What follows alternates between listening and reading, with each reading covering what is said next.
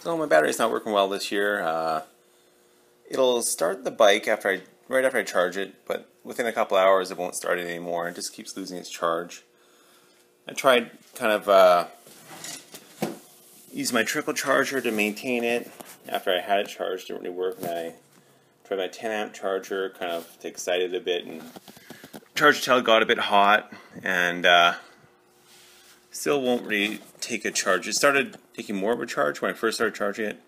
It only take 1 or 2 amps, and then finally got up to like 6-7 amps. But then it isn't holding a charge anymore. It'll go up to about 12.8 volts, but then now it's after about a couple hours it'll be down to about 11 volts. So I just want to check a few things first, make sure it wasn't a parasitic drain on the battery. Put a battery in this bike last year, a couple years ago, and then the bike sat for a year. And it must have drained down and probably froze over winter, I'm not sure, but anyway, I've kind of tested it all out and I found that the battery is bad. It's not holding voltage here. I had it charged to, I think it's 12.6 or so volts. Slowly creeping down to 12.25 now. And it won't hold its charge overnight, so first I thought it was a battery drain, but I can only get about 0.2 milliamps, sorry, 2 milliamps out of it to show that it's draining. So let's go from my positive post to the positive lead. Yeah, so only get about, can't read that. Is that 1 milliamp? Basically nothing. There's nothing really drawing. Nothing that would make it go dead overnight or over a week for that matter. Not enough amperage loss. When you first cycle the key, there can be a bit of amperage after the fact. Also, when you touch your post to the battery, you'll hear the gauge, something in the gauge kind of spools up a little bit, and then it stops after a couple of seconds. But no real draw. What's it now? It's still 1.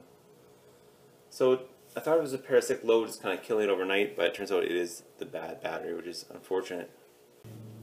So at first I thought I was onto something, like this setting here, which makes no sense. I see a reading, and I was pulling this fuse in the middle. Let's see now. And the reading would go to 0. Put the fuse back in, and it would go up. So I thought, well, it must be a big battery draw, but it's not. That was reading in the wrong scale. Once you put on milliamps, it is truly basically nothing. My fuses were a bit corroded, so I bought the most expensive, best protection you can get, some WD-40, and pull them out, sand them off, clean them up, clean up my relay. There we go.